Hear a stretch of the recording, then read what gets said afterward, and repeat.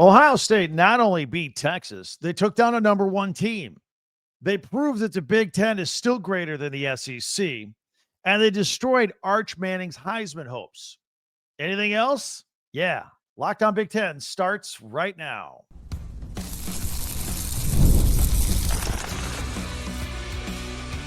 You are Locked On Big Ten, your daily podcast on the Big Ten Conference. Part of the Locked On Podcast Network, your team every day. Welcome to Locked On Big Ten. I'm Craig Sheeman, 40 years as a sports talk show host and play-by-play announcer, and I want to thank you for making us your first listen each and every day. We're free and available wherever you get your podcast and on YouTube, part of the Locked On Podcast Network, your team every day. Hey, hit that free subscribe button down below. That way you'll never miss a single episode. Plus, we always ask if you could share, follow, and like. That helps us out too as well. Today's episode is brought to you by Game Time. Download the Game Time app, create an account, use the code LOCKDOWNCollege for $20 off your first purchase. So, Texas, Ohio State, everybody's still talking about it because it was big. There were also 17 other Big Ten teams in action this weekend. We got you covered right here. Plus, I'll have my top 10 Big Ten observations for the weekend. We'll see how they compare to yours. But the defending national champion Ohio State Buckeyes defense, led by new defensive coordinator Matt Patricia, absolutely stymied Heisman hopeful quarterback Arch Manning and the number one ranked Texas Longhorns 14-7 this weekend to start the brand new 2025 college football season. There were a lot of eyes on both quarterbacks for both sides here. First of all, one, you had a Manning who gets a lot of respect and benefit of the doubt because of the name on the back of his jersey. And, he's the number one preseason favorite to win the Heisman. At least he was. I don't think he is anymore. He took a hit there.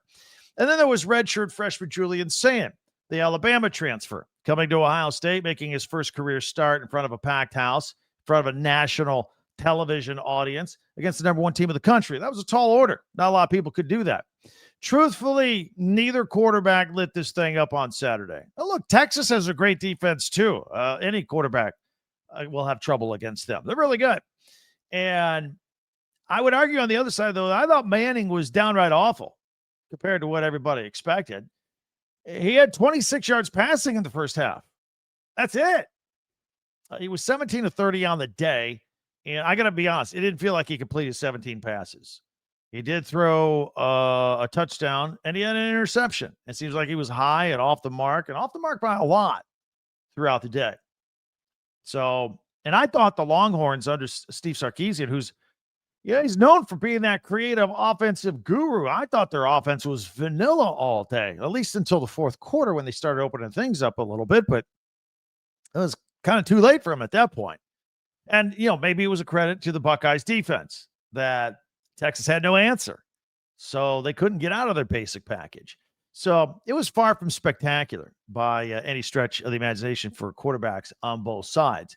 But, Sayin, again, wasn't great, but man, it was his first time out there really under, starting and under this situation and this kind of pressure.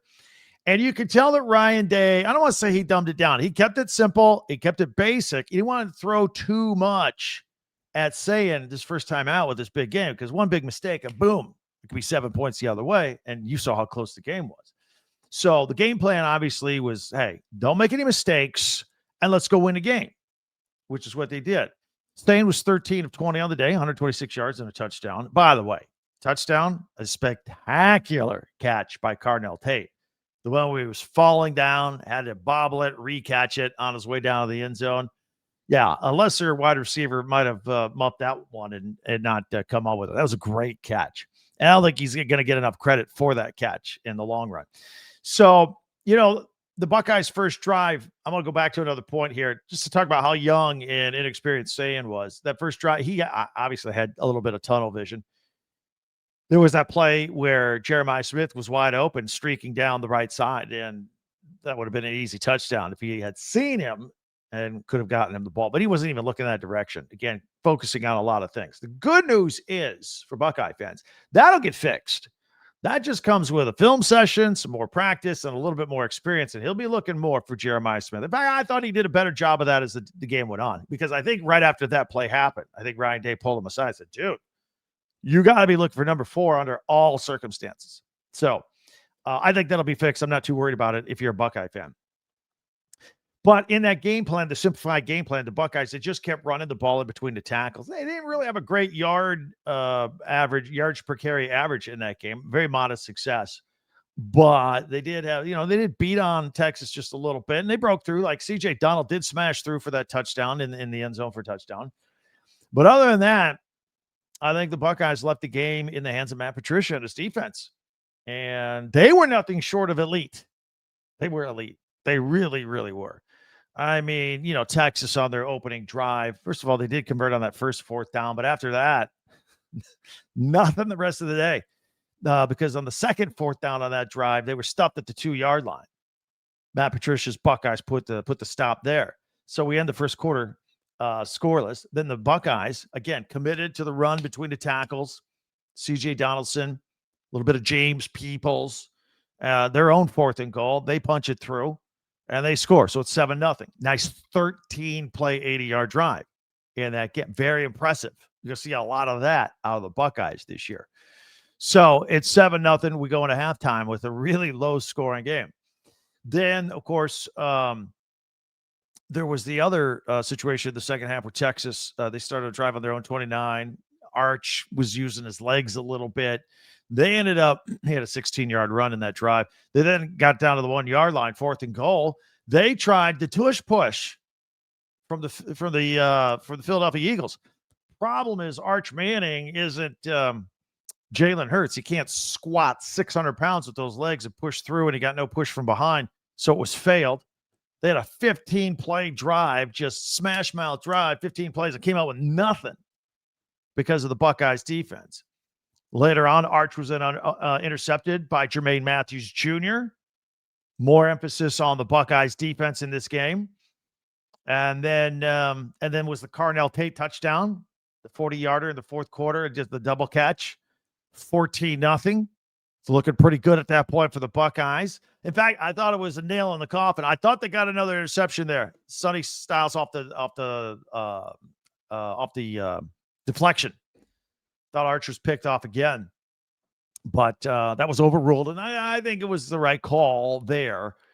But then Texas, they had another 4th down play, but the Buckeyes defense held where Davison Igbenogson, one of the players returning from last year, and Parker Livingston in the corner of the end zone. It was an incomplete pass, so the Buckeyes defense holds there. Now, later on, Texas got another shot at it, and this time Parker Livingston did catch the ball in the end zone for a touchdown. So Texas is on the scoreboard, 14-7, with about 3.5 minutes to go. And, Sayin had an incomplete pass for the Buckeyes where if he had just kept running or gone down even for a loss of a yard or whatever, the clock would have kept going. That was a young mistake as well. Kind of gave Texas an equivalent of an extra timeout there. So they end up getting the ball back. And Arch Manning's throwing incomplete passes. But then all he did, probably his best pass of the day, was to Jack Endress for that 30-yard gain.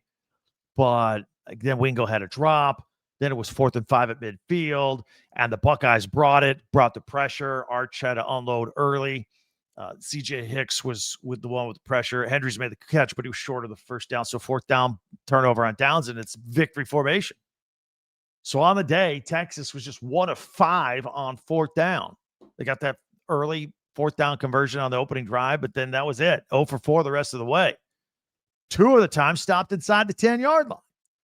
It was a remarkable job by the Buckeyes defense. And so now here we sit after the weekend, and, SEC crazies are losing their mind out there. Guys like Paul Feinbaum, who said that Texas would destroy Ohio State, that Texas had way more talent on its roster than Ohio State. Those people got to be losing their minds.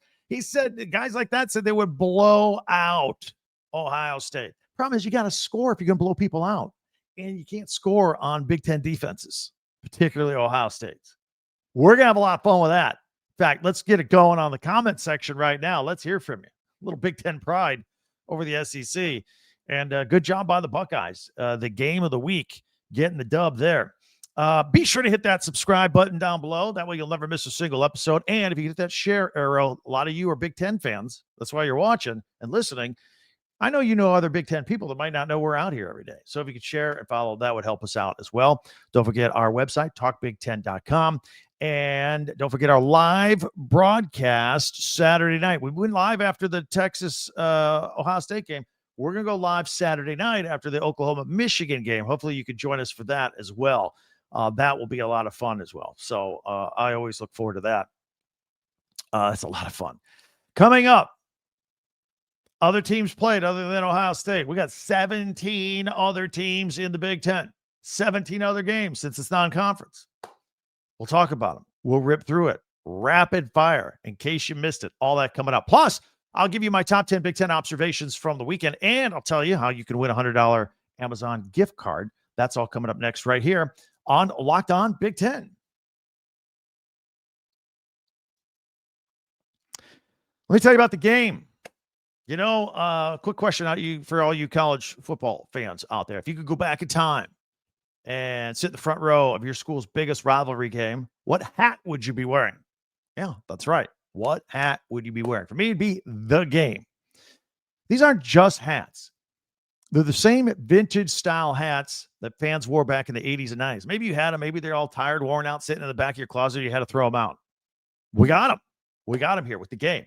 And they're still going for the same price that they did back then, by the way. You can use our code Locked On, and I'll get you a vintage hat for $16.99. Go to thegamecaps.com. They sent me some. Now, I know I'm Big Ten, but I am an Indiana grad, so I'm very excited to get these right here. I got home and away. If you're on video, you can see these. The vintage lettering, the nice fitting on the back. Oh, it's great stuff here. So you can get stuff like this with the game at thegamecaps.com. Grab your team's classic bar or retro circle design and use the code Locked On for an exclusive discount, because legends wear the game. If you want to go to games, you need a ticket. You need Game Time. Football season back in form. We're ready for week number 2. And now you and your friends are going, hey, did you see the game last weekend? Hey, let's go to this weekend's game. Oh, how about you be in charge of getting the tickets? Whoa, okay, now I got stuff to do, right? No problem. Get the Game Time app. You can buy tickets to anything. Games, concerts, comedy shows, all right there. That's why we use Game Time. The app is easy and gives the advantage back to fans in buying tickets and getting in. You could score these easy. Last second tickets, best prices, no surprise fees. What you see is what you pay. And just a couple of taps and you're in. You got it. I like the feature that you can see the view of the seat of the ticket you're about to buy. Just make sure it's a good seat, no obstructions. Take care of all that. Don't have to worry about that anymore. So take the guesswork out of buying college football tickets with Game Time. Download the Game Time app, create an account, use the code LOCKEDONCollege for $20 off your first purchase. Terms apply. Again, that's promo code LOCKEDONCOLLEGE, Locked On College for $20 off. Swipe, tap, ticket, go.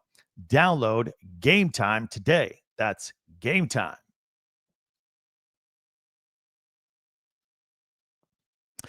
All right. Thank you for making us your first listen each and every day here at Locked On Big Ten. I got a request for you here. We're putting out a survey at Locked On. We want to get your feedback, what you like, what you don't like, with all of our Locked On products, shows, questions about our advertising. You go to lockedonpodcast.com/survey to get started.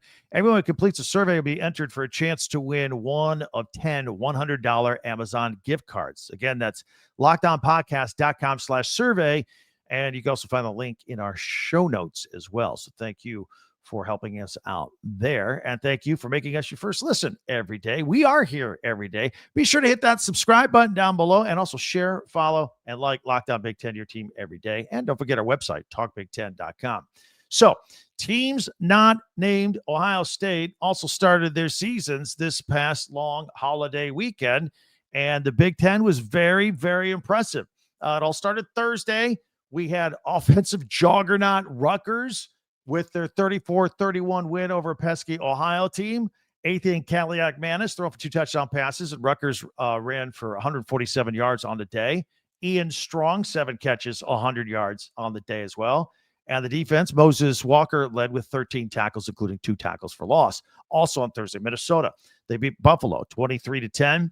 Drake Lindsay in his debut, I had questions. A young kid, how was he going to do? Hey, he threw for 290 yards and some touchdowns and 2 touchdowns and an interception. Darius Taylor, 30 carries, 141 yards. Got to be careful here. He's awesome, but we don't want to wear him out with 30 carries to beat Buffalo. I was a little concerned about that. Coy Parrish, the 3-way player, made 2 tackles from the safety position, played wide receiver, made a catch for 12 yards, also returned a punt for 18 yards. Boom. Loved it. Nebraska, 20-17 over Cincinnati, and Dylan Raiola, 243 yards and 2 touchdowns. Emmett Johnson, 25 carries, 108 yards. But Malcolm Hartzog Jr. saving the day, picking up Brendan Sorsby with 34 seconds to go to save it and avoid Nebraska having to have maybe another close loss. That's kind of a thing with them that they're trying to avoid. They get the win. Congratulations there. And Miami of Ohio got blanked by Wisconsin 17-0. Billy Edwards Jr. was injured. I do have an update. He took an MRI. It's clean because he went immediately and put the street clothes on at halftime. Got a clean MRI. So it's just a sprained knee. Going to be week to week. Danny O'Neal will go in the meantime. And Preston Zagman with 2 interceptions in that game. The team added 3 sacks. And then there was the Friday night game. 12th ranked Illinois beat Western Illinois 52-3. Luke Altmaier with 3 touchdowns. Aiden Lopry with 9 carries, 101 yards and a touchdown. Hank Beatty, 5 receptions, 108 yards, and a 59-yard reception in the game. And Gabe Jacobs had 2 sacks, 2 tackles for loss. The team had 4 sacks. And there was one other game on Friday night.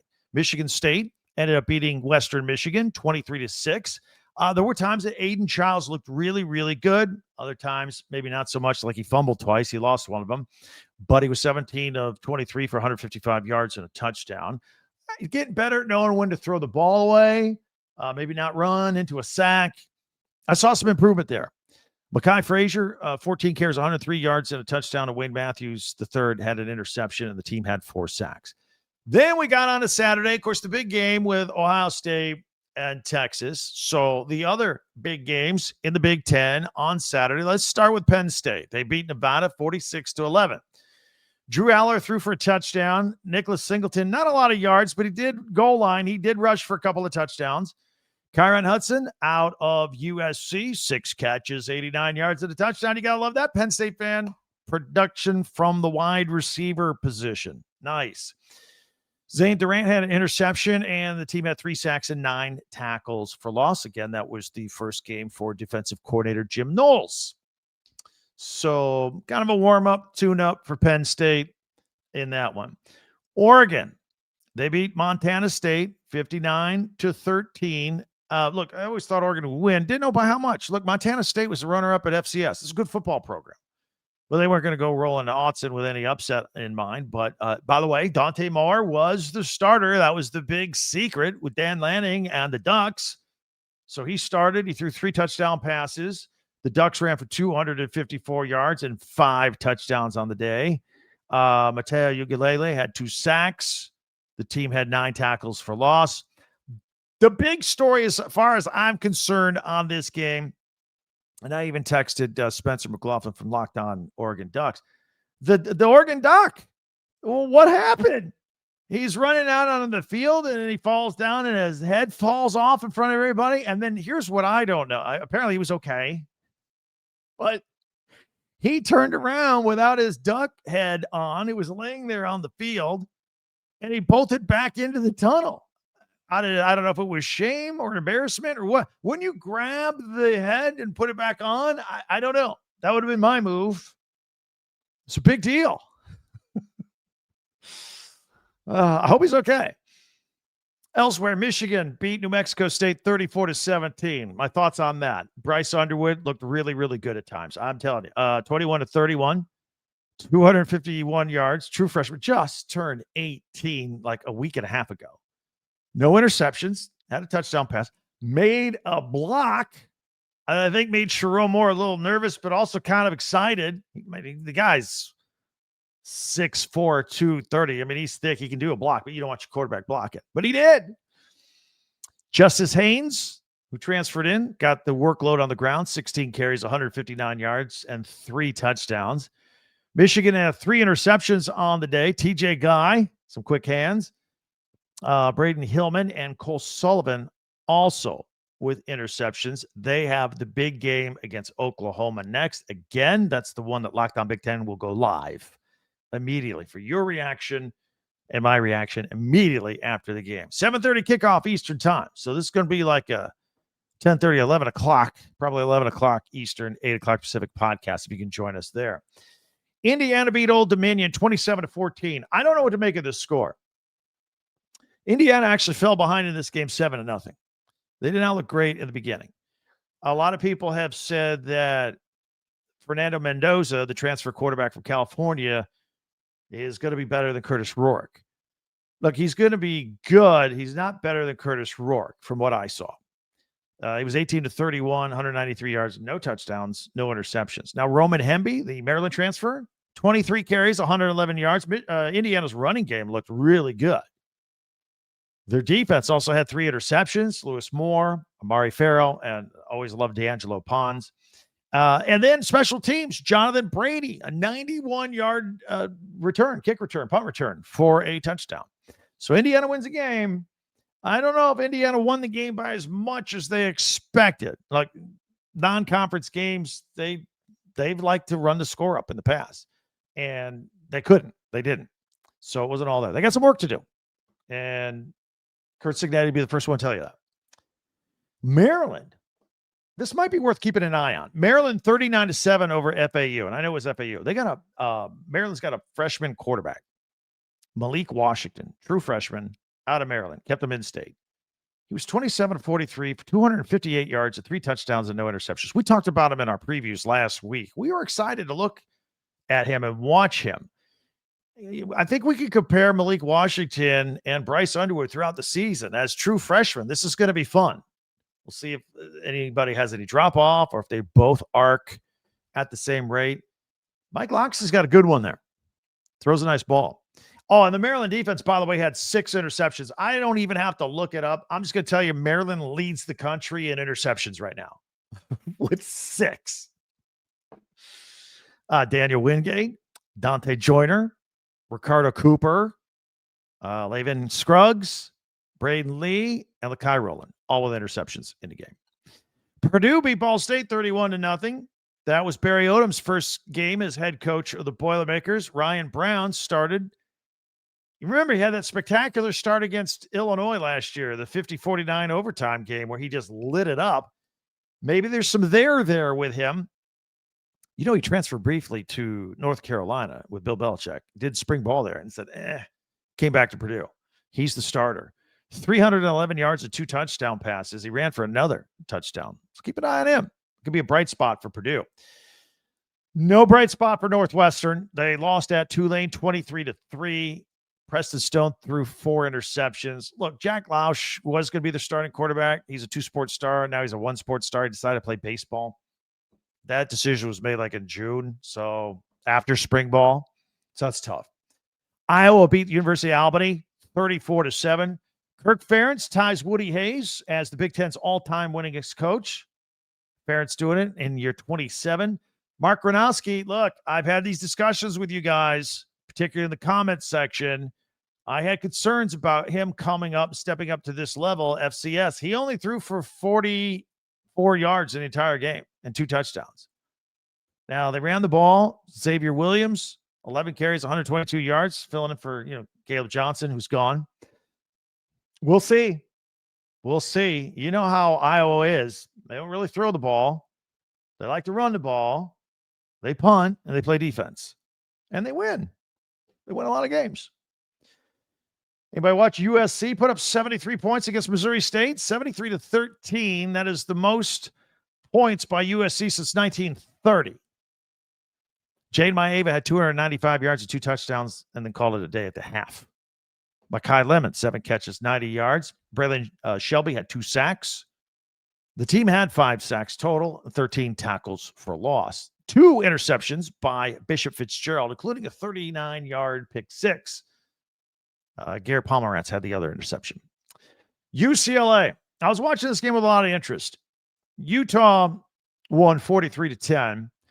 Nico Iamaleava coming over from Tennessee. A lot of hype, a lot of story, a lot of talk behind his transfer from Tennessee. Ends up at UCLA. My question has been, does he have anything around him? He struggled. 11 of 22, 136 yards, a touchdown, and an interception. He was sacked 4 times. He did run 13 times for 47 yards. But here's the deal.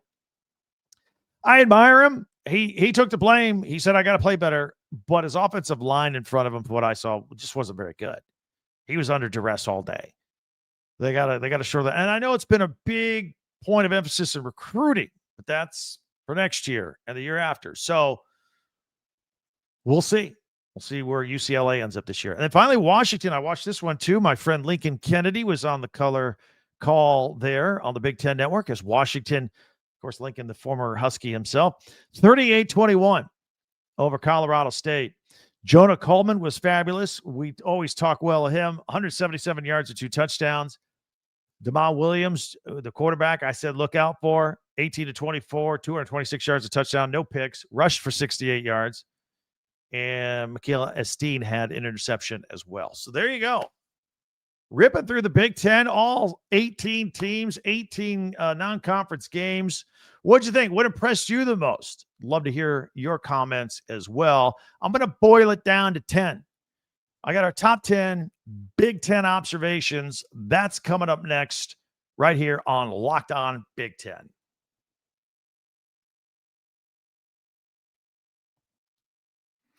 Rouette. Guys, you probably heard of Viagra or Cialis, maybe even tried it. But if you're looking for something beyond the usual pill, it's time to meet Rouette Ready. Rouette Ready is a next-generation prescription treatment designed to amplify arousal of the brain and the blood flow.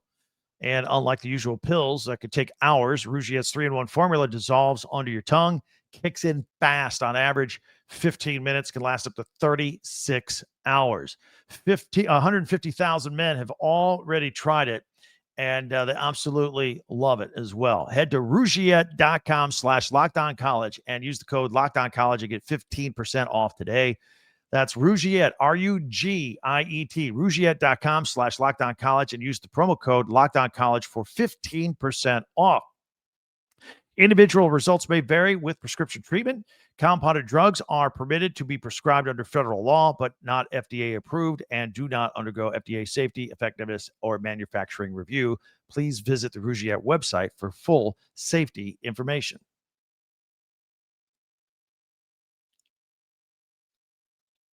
All right, it is time now for my top 10 Big Ten observations from the weekend. We'll go full screen with it. It's a list, 10 through 1. We'll go backwards. We'll put it here full screen. If you're audio only, by the way, we have audio podcasts as well.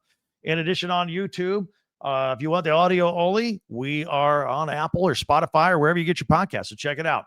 All right, here are our Big Ten top 10 Big Ten observations. Look, the list was long with 18 teams, 18 games. I could have gone Darius Taylor and his 30 carries. I could have gone Ian Strong with his 100 yards receiving for Rutgers. Starting you off with Jonah Coleman at Washington with 177-yard, 2-touchdown performance versus Colorado State. Also, Jonathan Brady from Indiana and his 91-yard punt return versus Old Dominion. That got my attention over the weekend. That was pretty cool. Got to give him a shout out there. Preston Zachman makes the list from Wisconsin with his 2 interceptions. Look, you get 1 interception, that's a big deal. You get multiple interceptions. I got to mention it against Miami of Ohio there on Thursday night. Also, the USC Trojans just make the list by themselves with 73 points in the game against Missouri State. As I mentioned, one of their defensive players had 2 interceptions in that game as well. Kirk Ferentz making the list out of Iowa as he ties Woody Hayes in the game against University of Albany with the most wins in Big Ten history. He can break the record next week in a big rivalry game against Iowa State. So good luck, Kirk Ferentz, with that. That's pretty impressive.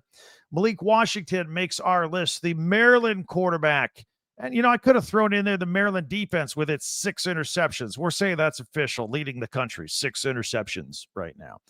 There is Bryce Underwood from Michigan, also impressive. I could have gone Justice Haynes with his 3 touchdowns, but Malik Washington and Bryce Underwood, the 2 freshman quarterbacks, I want to throw them up there.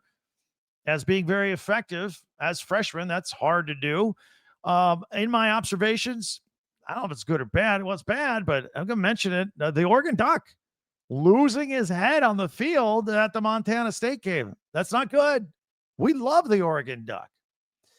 I want to put Malcolm Hartzog Jr. on the list for that game-saving interception for the Huskers against Cincinnati on Thursday night on the Brendan Sorsby pass with 34 seconds to go. And at number one, I can do anything Ohio State. The Cardinal Tate touchdown catch, the defense in their goal line stands, the whole Lee Corso thing before the game. It was a great game, great weekend, and a great day for the Big Ten and college football. Did I leave anything off? Let me know. That's what the comment section's for. I want to hear from you. That'll be, we do this every Monday. Top 10 Big Ten observations from the weekend. Always taking notes over the weekend. Don't forget, we're here every day. All 18 teams, Big Ten, or audio and video, with news, analysis of the news, and opinion on that news right here. We don't shy from that. Tell all your friends about us. Word of mouth is great. Many ways for you to interact with us at Twitter or X at Talk Big Ten. Don't forget, we'll do Tuesday tweets tomorrow. Also, our website, talkbig10.com. Be sure to subscribe before you go. Check out a previous podcast, and we always invite you to do that. Plus, this is new. Another big moment for Locked On. College football fans, Locked On and Fire TV present College Football Kickoff, your ultimate college football weekly preview. Drake Toll of Locked On Big 12. He leads the conversation alongside two-time AP Coach of the Year, Gary Patterson, former college star Jesse Holley, and Locked On's local experts. A college football preview only Locked On can do. Catch College Football Kickoff every Thursday throughout the season only on Fire TV. That will do it for us. I can't wait to talk to you again tomorrow. We're in the mix of the season. It is here for Locked On Big Ten. I'm Craig Sheeman. We'll talk to you next time.